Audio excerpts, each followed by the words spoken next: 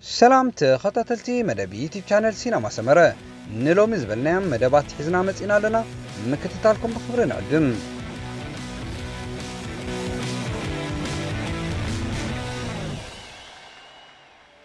ኤርትራዊ ፕሮፌሽናል ተቀዳዳማይ መርሃዊ ቅዱስ ናይ ክለብ ኣስታና ኣብ 7 ዕምሪ ዘሎ ንመበል 76 ግዚኡ ድማ ዝካየድ ቱር ዲ ፖሎኝ ክሳተፍ እዩ። እዚ ብሲኣይ ናይ ክልተ ሓይሊ ፈረስ መዐቀኒ ዘሎ ውድድር ኣስታና ንተቀዳደምታ ዳሬዮ ካታልዶ፣ ሪድሪች ኮንተረ፣ ሂትሪጃን ኢዮ ኣዛክረን ሱፐር ሞኖሎፖዝን ከተኽትት እያ። በዚ መሰረት ድማ እዚ 3 ነሓሰ ዝጅምር ውድድር ቀዳማይ መድረኽ ካብ ክራዎ ተካየድ ናይ 136 ኪሎ ሜትር ተሰርዕሎም ኣሎ። ካልአይቲ መድረኽ ካብ ትሮኖውስኪ ጎሪ ክሳብ ኮትዊስ ትዝርጋሕ ናይ 153 ኪሎ ሜትር ክትከውን ከላ ሳሲት ድማ ካብ ክሩዞ ክሳብ ዛምብረዘ 175 ዝርሕቀታ እያ። ትቕፅል መድረኽ ካብ ጃውርዝኖ ክሳብ ኮዘሬስ ናይ 173 ኪሎ ሜትር ክትከውን ከላ ካብ ኮፖሊኒያ ስዎለስኪ ክሳብ ቦሎስኮቤላ ናይ 154 ኪሎ ሜትር ሓምሸይቲ መድረኽ ከተንጉዶ እዮም። ኣብ ትስዕብ ድማ ኣብ ዞብኬን ናይ 155 ኪሎ ሜትር ተቀዳድምቲ ይጽበዮም። ዛዛሚትን መዕፀዊትን መድረኽ ናይ ቱር ፖሎኝ ድማ ቡክቪና ሪስፖርት ክሳብ ቡክቪና ትሪዛንሲካ ናይ 132 ኪሎ ሜትር ብዘካየድዎ ውድድር ክዛዝም እዩ።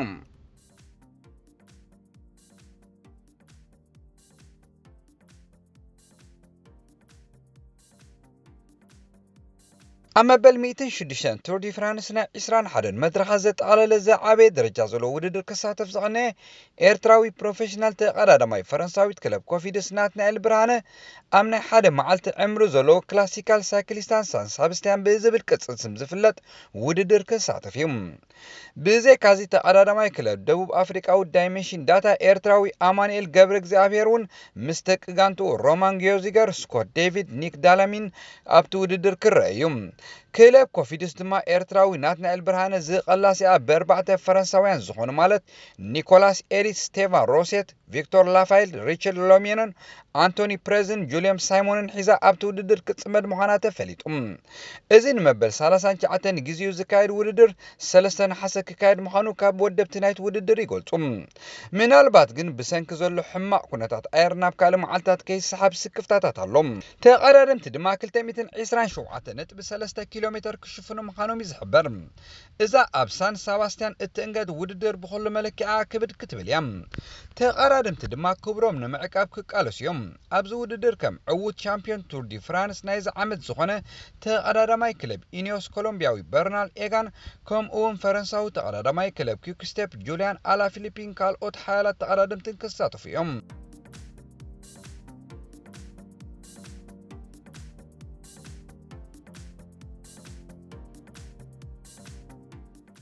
مانشستر سيتي ليروي سانه كتعدقو تنقصاص زلا باير مونيك انت وحده 130 مليون يورو كتكفلا خم تدل تفليطم كواخبتي تጻወታ روبنن ريبنن زحدقوا باير مونيك قياروم زخونوا تጻወቱ بقلطف نممصا تጻر مهلاواي زغلت كاف بي اس جي دحري مفناو بزي غانتا زصنح برازيلاو تخالخالي داني الفيس مسني هاغرو غانتا ساو باولو كمز تጻنبره تغليصم حدا كابتم عالمنا زرأتهم زبلصو ناي كنف تخالخالت زخونه ود 36 عامت الفيس مزاغانتا كساب كتشحن 22 زصناو علي فريمو زلم ادكاي مانشستر يونايتد روميلو لوكاكو عامت 9 مليون يورو كخفل مس جوفيتا سمام عمهلاو مع كنات زينا ايطاليا يقلصالهم انت خونه بوغن يونايتد ديبالا نسومن 350 شح باوند دومز يتقلب بمهلاو غنا اب سمع كم زي بصحو يزغلص زلم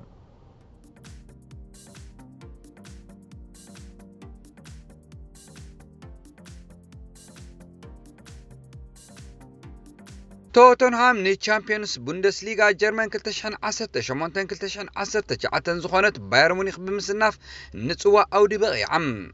كافلما نايت ግጥማት ሒዛ ዝበለጸ ግስጋሴ ዝነበረ እንግሊዛዊ ቶተንሃም ነበረት كموصيت دما أمبل 19 دقيقة كاب إريك لاميلا بزرخبتا شتو نعرفتي حدا ببادو ميري حوطيام دحر عرفتي بلوصنة توتنهام أين كان أمبل 50 دقيقة دما كاب كريستيان إريكسن بزمزغبتا شتو نمرحدنا تانا بكلتا ببادو كباب بلتم يخون بر جرمناويت باير مونيخ دحيرا كاب جان أف أربن ألفينسو ديفيسن كلتا شتوتات بمركاب اتقطمنا فصم كلا عمريهم أب كم زفصم كسانت زهيبكا رباش همودما تغير حلاو لدا توتنهام زغنه باولو غازينغا نقلع جيروم بواتينغ بممكانيو نعود غانتو كون غيرو زركب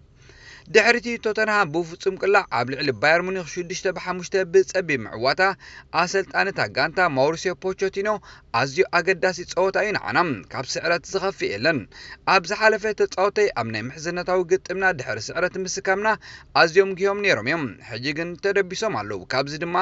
ብዙሕ ተመክሮ ቀሲምና ኣለና በመባል እቲ አሰልጣኒ ገሊጹም ኣብዚ ግጥም ዚ ተኸላኸላይ ቶተንሃም ጆዋን ፎይዝ ብሰንኪ መጉዳእቲ ተጸይሮ ክወፅእ ተራይም ኣብዚ ናይ ምሕዝነት ግጥም ኣዝዩ ከቢድ መጉዳእቲ ኣጋጢሞ ዘሎ እቲ ወዲ 21 ዓመት ኣርጀንቲናዊ ንንውሕ ዝበለ እዋናት ካብ ጾታ ክእለ ከም ዝኽእል ጸብጻባት የረድኡ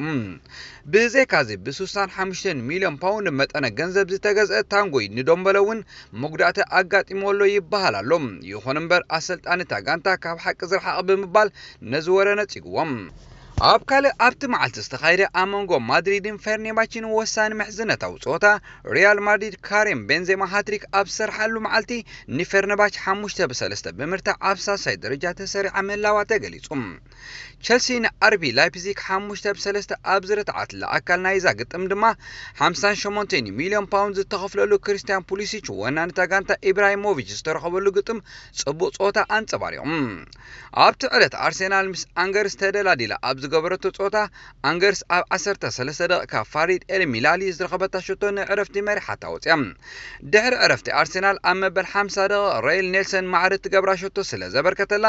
ናብ ፍጹም ቅላ ኣምሪሐን ኣርሴናል ድማ አንገርስ ብጸቢብ 4-3 ሲዒራታ ኣብዚ ግጥም ንነዊሕ እዋን ኣብ መጉዳእቲ ዝጸንሑ ተጻወቲ ኣርሴናል ላውረንት ኮሽሊ ሄክቶር በለሪን ሮቢ ሆልዲን ናይ ምስላፍ ዕድል ክረኽቡ ከለዉ ይኹን እምበር ብዘንጸባርቕዎ ጾታ ደገፍቲ ታጋንታ ዕጉባት ኣይነበሩን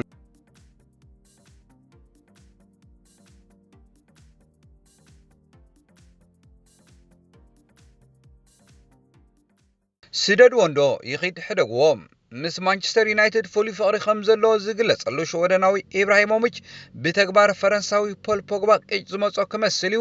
ብኻልእ ተጻዋታይቱ ትክዎ እንታይ ጸገም ኣለኩም ናብ ዝማማኦ ክኸይድ ኣይትኸልክልዎም ማዕረኽ እንደ ከቢሩ ከም ዘሎ ድሒሩ ክስወጠይ ብምባል ምኽሩ ናብ ኣካየቲ ናይ ታጋንታ ምስ ቢቢሲ ኣብ ዝገበሮ ቃለ ምልልስ ምኽሩ ለጊሱሎም ማንቸስተር ዩናይትድ ነዚ ተጻዋታይ ብ180 ሚልዮን ፓውንድ ዝበጽሕ መጠነ ገንዘብ ክሰዶ ከም ትኽእል ገሊጻላ ይኹን በር ሪያል ማድሪድ ነቲ ተጻዋታይ ካብ 150 ሚልዮን ፓውንድ ዘይበዝሕ ወጻኢታት ከም ዘይትገብረሉ ኣነጺራ ትርከብ ኣብዛ ጋንታ ብዙሓት ብሉጻት ተጻወቱ ኣለዉ ንዕኦም ምጥቃም ይሓይሽ ወዲ 26 ዓመት ፖግባ ህንጡይነቱ ምስ ካልእ ጋንታ ኮንካ ዓበይቲ ሕልምታት ካካሃድ ምግባር እዩ እዚ ክሳብ ዝኾነ ድማ ሓሳብ ልብኻ የስምረልካ ጻዕዳ ርገጽ ኢልካ ጥራይ ከተፋንዋ ኣለካ ክብል ወሲኹ እቲ ወዲ 37 ዓመት ናይ ቅድም ተጻዋታይ ማንቸስተር ዩናይትድ አብሪሁም ብ89 ሚልዮን ፓውንድ ዝበጽሕ መጠነ ገንዘብ ካብ 2016 ምስ ማንቸስተር ዩናይትድ ዝተጸምበረ ፖግባ ካብ 135 ምስ ማንቸስተር ዩናይትድ ዘካየደ ጸወታታቱ 31 ሾቶታት አመዝጊቡ ኣብዚ ክረምቲ ጉዳይ ምስግጋር ፈረንሳዊ ፖል ፖግባ ናብ ሪያል ማድሪድ ኩን እንተኮይኑ ማንቸስተር ዩናይትድ ብሩኖ ፈርናንደስ ካብ ስፖርቲንግ ክለብ ወይ ድማ ኮሬሽያዊ ብሉስ ተጻዋታይ ክለብ ባርሴሎና ኢቫን ሬኪቲች ንቦትኡ ክሽፍኑላ ዝኽእሉ ተጻዋቲ ተባሂሎም ተጠሚቶም ዘለው እዮም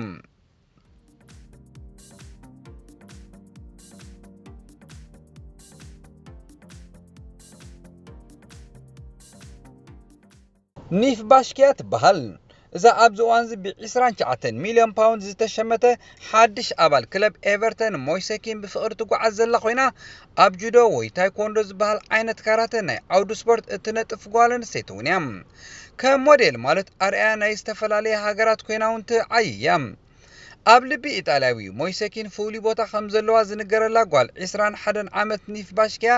ንብሉጽ ኣጥቃዒ ናይ ቅድም ኢጣልያዊት ክለብ ጁቬንቱስ ነበረኪን ድሕርቲ ኣብ ሌታው ትልሂት ሚላን ምልላያ ምስኡ ተጸሚዳ ትርከብ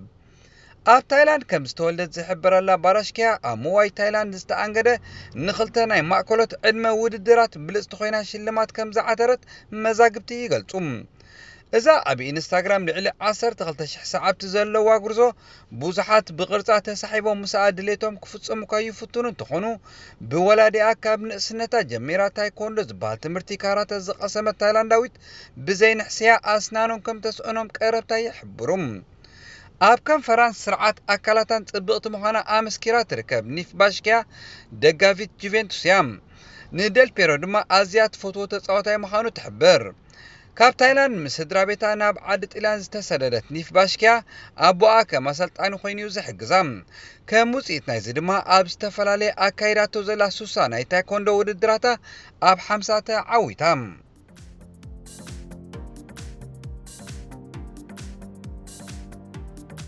ዝኸበርኩም ተኸታተልቲ መደብ ዩቲብ ቻነል ሲነማ ሰመረ